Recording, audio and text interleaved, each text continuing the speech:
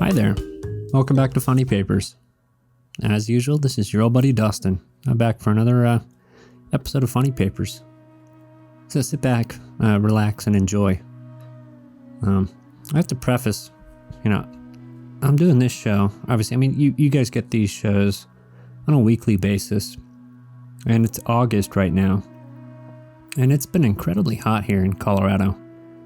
And I live in an older house. I think it was built in 1943, 44, something like that. And it doesn't have the central air conditioning system that most modern houses have now. It does have a good heating system, but it's devoid of an air conditioning system. So the house does get a bit hot. And to compensate for that, I have window units that I put in my windows. They're not the most, they're a bit unsightly, but they do a good job. But as I tape these shows, I have to turn them off. So it does get a bit hot in the studio. So if you can hear sweat dripping, then that's what that's all about. But I could, of course. I'm here for more Funny Papers, and I'm glad you guys have stopped back by to kind of check in with us. This week has been interesting for me. If you want a little update on what I've been doing, since things kind of changed and shut down back in March, I haven't been doing much of my regular work, which I think I mentioned before. I know I have. Kind of my bread and butter is photography work.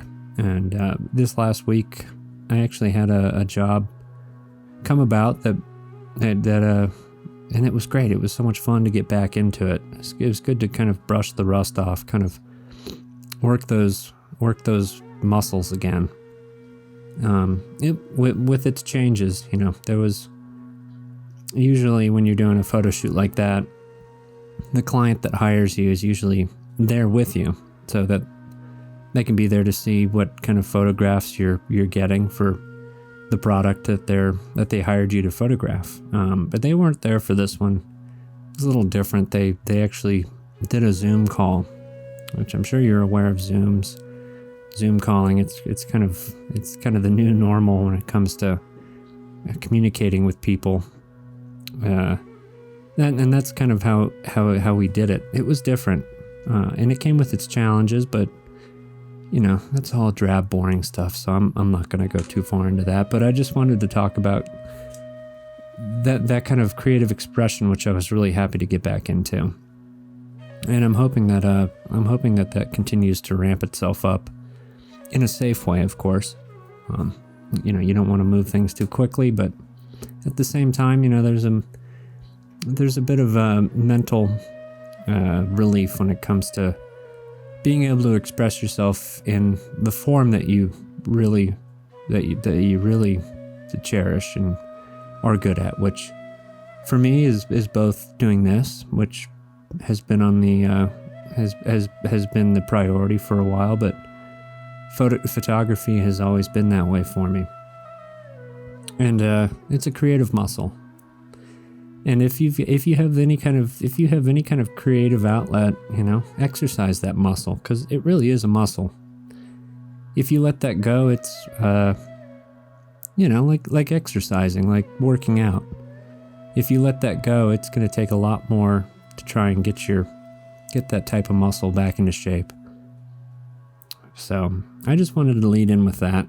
It doesn't really have much to do with the Funny Papers, but you know what? Yeah, I like to spice it up with some of my own personal experiences. I hope you had a good week, because I certainly did. And this Sunday has been a relaxing one, which I think everybody needs from time to time. But as usual, I stepped out, and there was my Sunday newspaper sitting out on my front stoop, which is always a welcome thing to see on a Sunday morning. I don't know why. It feels good to have something delivered to you. But why don't we start out with some Funny Papers, and I'll end my yammering here. I wasn't quite sure what to start with, but now that we've gotten going, why don't we start with pearls before swine? I talk about pearls before swine a lot, and recently I've been doing a lot of. I kind of did a deep dive onto pearls before swine, and Stefan Pastis in particular. If you've listened to past shows, you know that I made an error for a long time that I just never.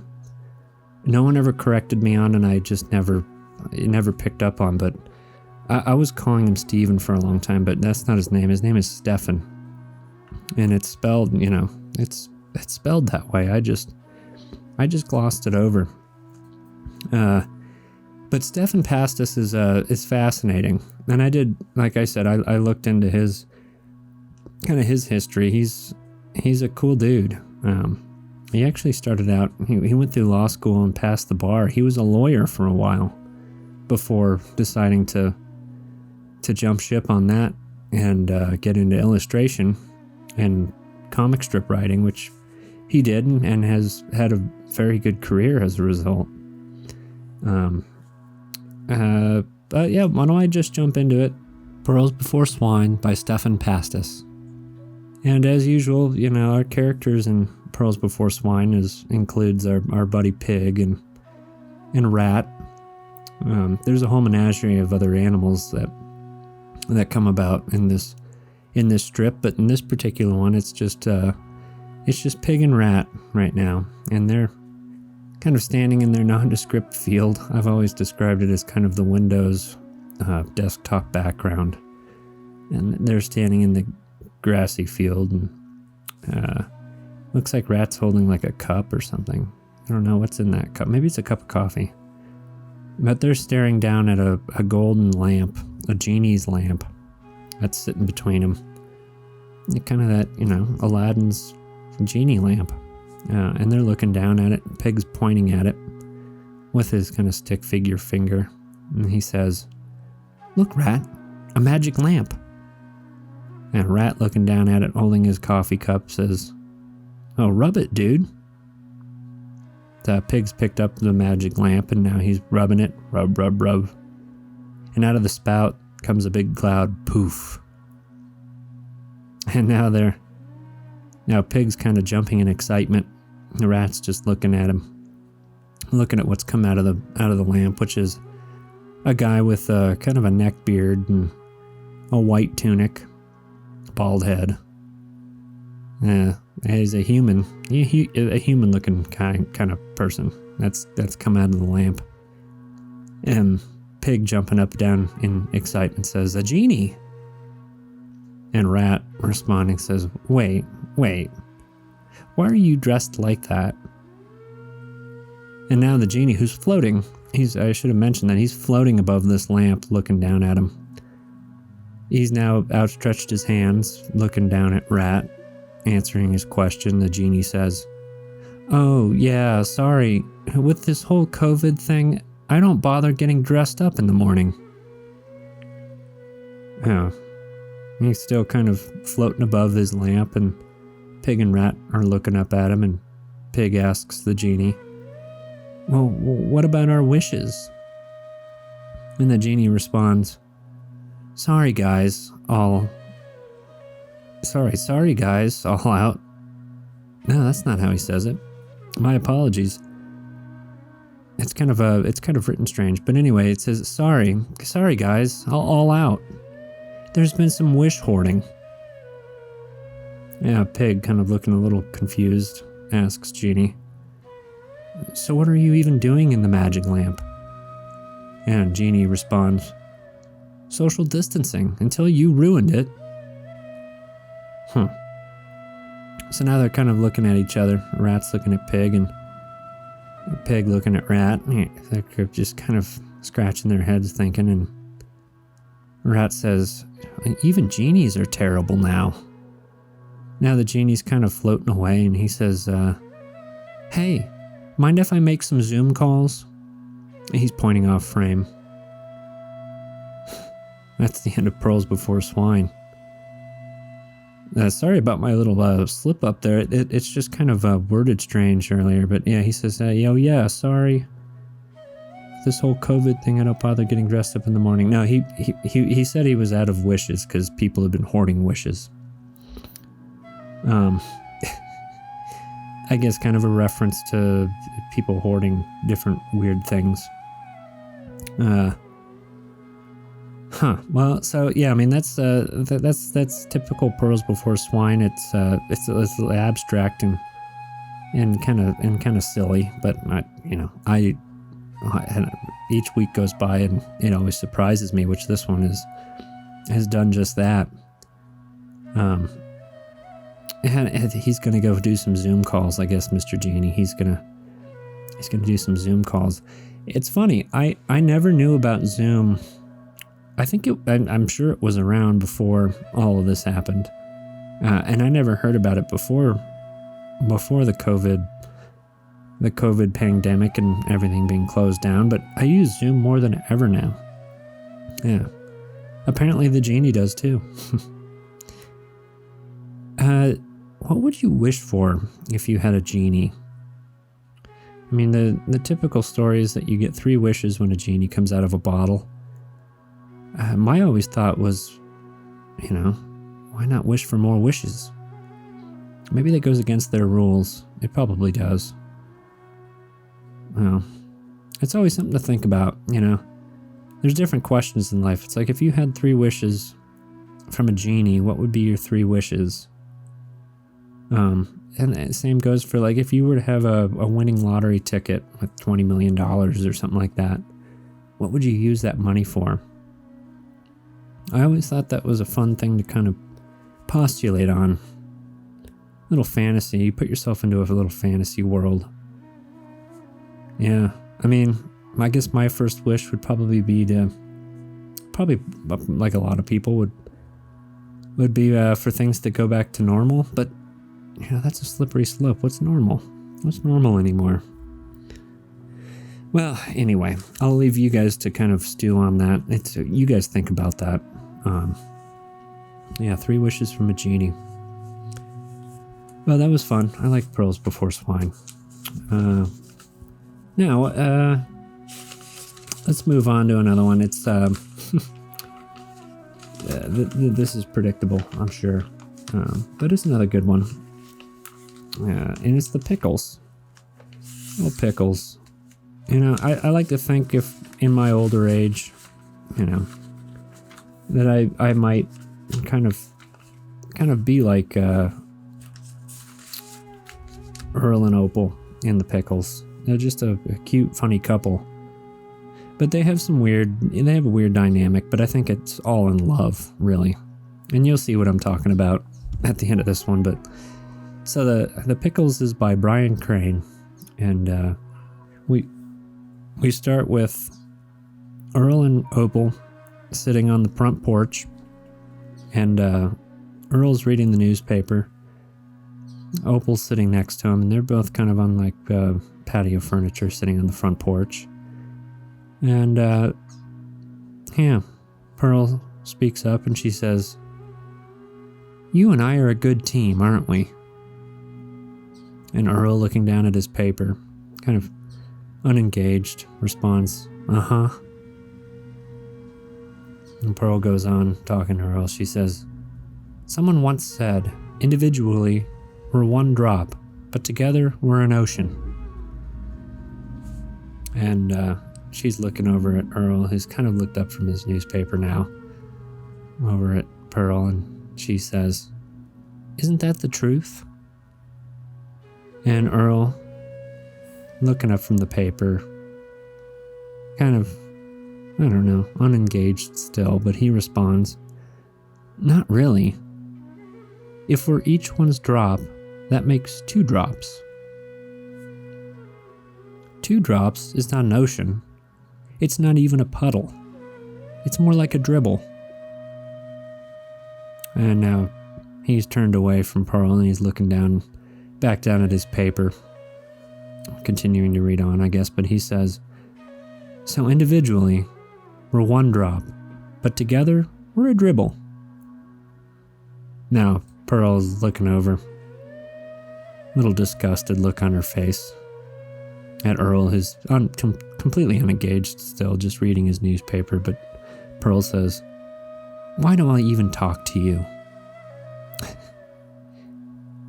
And it's Pickles. So, I mean, if you have grandparents or even if you're kind of in the if you're an advanced age, I should say, that's a nice way to say it, right? And you have someone that you've been with for a long time, perhaps you can relate with that. I mean, it's all tongue in cheek. You know, I think deep down, Earl has love for Pearl, or Opal rather. But he's just kind of he's always sarcastic, and that's kind of how it always is with comic strips.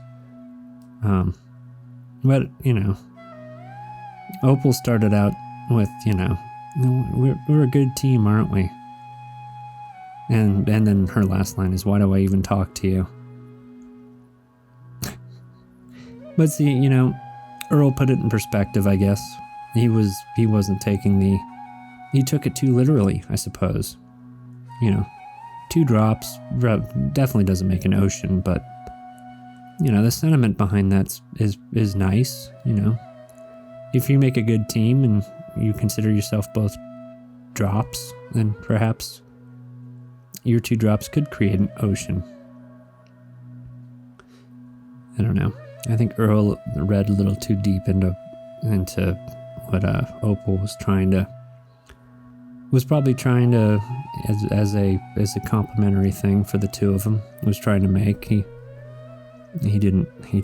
read too deep into it. Yeah, Pickles. Well, so the reason so I'm going to transition from that because there's another strip I have here today that's that kind of ties into that. The fact that I've lost my train of thought, but there was another one I had here. It's Calvin and Hobbes. My apologies. Yeah, I was gonna transition to Calvin and Hobbes here because Calvin in this one, and it's a short one, but it's also a pretty good one. Calvin alludes to the comic strips, the funny papers, because he's reading the funny papers in the newspaper, and he kind of addresses what maybe the Pickles, maybe what they talk about there. I think we talked about it last week or the week before, how perhaps Earl can be a little chauvinistic, and I think it's true. But let me read Calvin and Hobbes, and maybe we can make this kind of comparison between the 2. And this is a kind of a weekday strip of Calvin and Hobbes, so it's a short one. And this one actually comes from February 23rd, 1995. And Calvin and Hobbes is by the infamous Bill Watterson. We start with Calvin, who's sitting on the ground next to his father, who's sitting in an armchair, and Calvin's got the comic strips. He's got the funny papers in his hands, and he's looking down at him. His father's looking down, kind of his chin on his hand. He's looking down inquisitively at Calvin, who's saying, "Look at how people are portrayed in comic strips. The women are indecisive whiners, nagging shrews, and bimbos." And he goes on looking at another one across the page, and he says, "And all the men are no better. They're befuddled morons, heavy drinkers, gluttons, and lazy goof-offs. Everyone is incompetent, unappreciated, and unsuccessful." And now Calvin's angry. You can tell he's got his fist in the air, his mouth's wide open, and he seems to be screaming out in defiance. He says, "What kind of insidious social programming is this? No wonder the world's such a mess. I demand politically correct, moral uplifting role models in the funnies. Yeah, Calvin's kind of turned his back on his dad and he's still looking down at the paper, but his dad's picked up a book and he's looking down at it now. And Calvin says, and look, or no, and I'm sorry, it starts with his dad who's spoken up. He says, yes, we all know how funny good role models are. And Calvin, looking down at the paper, says, and look, all the kids are obnoxious brats. Calvin and Hobbes. So, yeah, he's talking about, I think, the other characters in the funnies. You know, he was saying that the women are kind of, you know, just, I don't know, they're portrayed as whiners, naggers, and he says, and bimbos. I don't know how that really, if that's true today, but I mean, this was back in 1995. But he's kind of right. I mean, the men are kind of incompetent. I think it's a statement on the funny papers or the comic strips as a whole. And then he even kind of what would you say? I guess he put his foot in his mouth at the end. It says all the kids are obnoxious brats. It says Bill Watterson's kind of comment on how he portrays Calvin in this strip, which I think is funny. But you know, Calvin asks for morally uplifting role models in the funnies. You know, some of that could be a good thing, but really, I mean, for myself personally, I like the crazy and unpredictable characters in the funny papers. It makes it interesting, and it's a diversion from everyday life. We're faced with so much, you know, we're faced with so much right now that if there's one thing that I like to turn to kind of distract, it's the funny papers, and it always has been that way for me. Not to say that, you know, politics doesn't have a place in the comic strips. It certainly does, to a degree, you know. Well, I went down kind of a different road there, but I hope you enjoyed that one. Let's move on to actually this one's really lighthearted. I like it a lot. I've read it a few times. And this one's Baldo. Baldo's a good one. You have to kind of look for it. But this particular one has a very simple message that I like a lot. And Baldo is by Hector Cantu and Carlos Castellanos. And we start with Baldo and his uncle and his little sister. They've gone out. Looks like they're going out on a fishing trip. And the three of them have parked their car and they're unloading the back. There's a sign over to the side that has an arrow pointing to one side that says lake. And they're pulling out fishing poles and chairs, and looks like they're holding some tackle boxes and a cooler. And now they've taken off down the trail, and the three of them are kind of walking along happy. They've all got smiles on their faces. And they've arrived at the lake's edge, and they're setting up their chairs, unfolding their fold-up chairs by the lake, and just kind of getting set for the day. I guess they're going to have a day of fishing. And now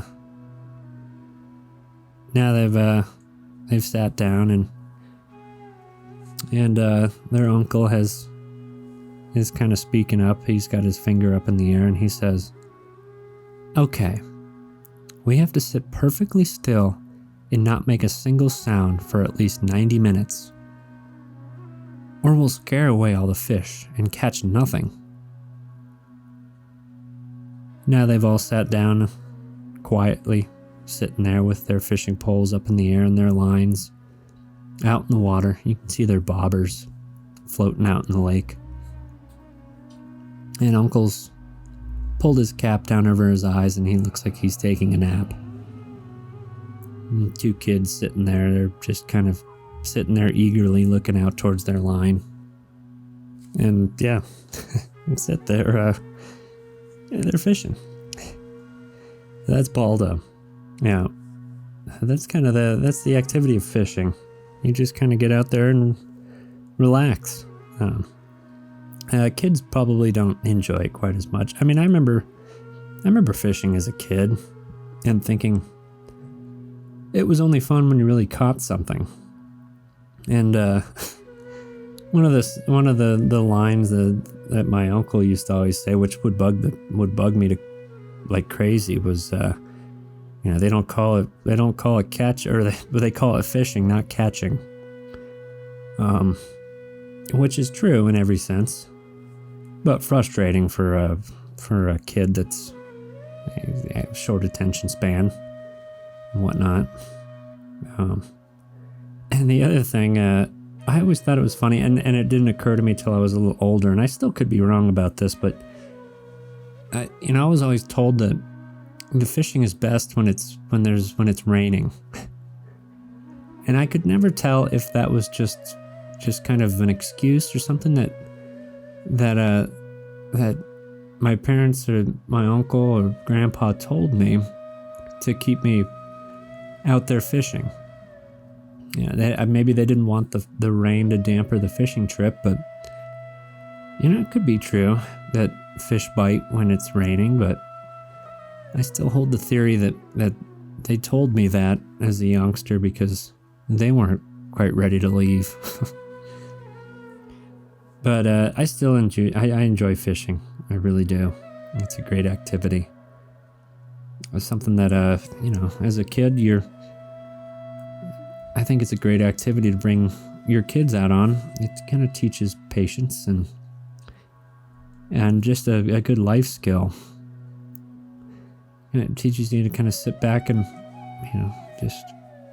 you can have a day where the only entertainment that you have, other than perhaps catching a fish, and if you get completely skunked for the day, you still had a day where you can stare at nature and just kind of decompress. I think that's the biggest thing about it, is it's not a very action-packed activity, but it's time for you to kind of reflect and think upon yourself. That's fishing. That's what it's about. And it's a good skill. If anything bad happens, at least you know how to catch your dinner, right? That's how I like to think about it. Okay, well, you know what? One more. It's a Sunday, and if there's one comic strip, one funny that always reminds me of a Sunday, that's Garfield. And this particular Garfield I actually pulled from a book I have, and it's one that I remember as a kid. I got this book a long time ago. I think it was published in 1996. So I've always had it with me. But I remember just laughing at this one. And this one is actually was published on October 29th of 1995. And it's Garfield by Jim Davis. We've got John, our old buddy John, sitting in an armchair watching the television, and on the television is a man in a suit kind of yammering on, and out of the television it says blah blah blah blah blah. And now we cut to another frame where I guess the news anchor, whoever's on TV, is kind of transitioning, and he says, "We'll be right back after these messages." And now his head's just moving back and forth. He's checking his surroundings, looking all over. He's checking if the coast is clear. And now the television's cut to commercials, and now he's really looking around just to make sure. He's checking the room, see if there's anybody close by or anybody watching him. And now he's jumped up and bolted away from the chair. Zoom! And we see John in the kitchen, and he's got his head in the refrigerator, digging around. And now he's quickly shut the refrigerator door, and he's bolted back out the kitchen. Shroom! And now we have John back in the living room, and he's holding a plate with a hamburger on it. I guess that was the snack he was picking up from the kitchen. But in his place, of course, is Garfield and Odie, who's stolen his spot on the chair. And Garfield's got his hand out, kind of gesturing for the plate that John's brought back in. And by the way, John holding that plate, got one hand on his knee, kind of crouched over with just a really defeated, sad look on his face. Eyes half closed, just kind of looks like he'd be muttering like, oh, of course. But the TV's shouting out, and now back to our show. There's Garfield. So yeah, Garfield and Odie took his spot, and they both look content sitting there on John's chair. And John, he did his best to make his little snack as fast as he could and get back, but clearly not fast enough for Garfield and Odie to steal his spot. And that happens to me in a different way. You know about my cat Nemo. Actually, you probably heard him just meowing just a few minutes ago. He likes to walk up when I'm doing these things and make a ruckus. He kind of has like that sixth sense. It's like, oh, if Dustin's doing something, I'm gonna make a racket. But at any rate, the same goes for me when I stand up from like my, even if I'm hanging out on the couch, or even if I'm sitting in my office on my chair in the office, I'll get up to do something and come back, and there's Nemo sitting right there. And he knows that, it's my seat. And, I think there's part of him that thinks, this is where this is where the head of household sits. So if I sit here, it's kind of, I'm taking that, it's like a throne to him. I'm taking that spot. It's mine now. And I feel, part of me is going to, thinks it's cute. It's like, oh, he wants to sit in this spot. And I always feel bad about kicking him back off, but it's like, hey man, hey dude, come on, it's my spot. I was here just a few minutes ago, and you're gonna steal my spot? I'll do that, and then he'll want to jump on my lap, and then any kind of productivity that I had going before is quickly out the window.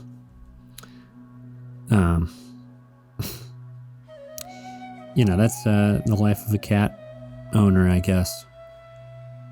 I don't consider myself a cat person. There's a connotation behind cat people that's, I don't know, a little negatively slanted. But you know what? There are certain cats that act differently than a kind of a stuck-up cat. And I think Nemo, my cat, is one that breaks that tradition. He's more like a dog than anything else. He'll even bark at you. Well, I wanted to bring you Garfield because that's always been a favorite of mine, and always a relatable one for me. So yeah, I think that about wraps up another week of Funny Papers. I thought that was fun. There's some different ones in there. I hope you enjoyed it. So as usual, post your comments. I'd love to hear from you. Especially like if I have like really bad, if I have mistakes, like the whole Stefan Pastis thing. And maybe you weren't aware of that, but if there are things that come up in the show that I'm misspeaking on or stuff like that, please let me know, because I want to represent things correctly. And also, if you just want to reach out and say hi, I'd love to hear from you. The next announcement is I'm retuning my the intro to the Funny Papers show, just for something a little different, just kind of revamping the intro to the show. I've kind of fallen in love with the intro music, but it's time for a change in that, something more original. So look for that, and that'll allow us to open up our YouTube channel, which should I think grow our listenership and maybe make it easier for you, my Funny Papers people, to listen to the show on a weekly basis. So look for those changes coming up here pretty soon. And so, as always, thanks for joining us, and I'll see you in the Funny Papers, my friends.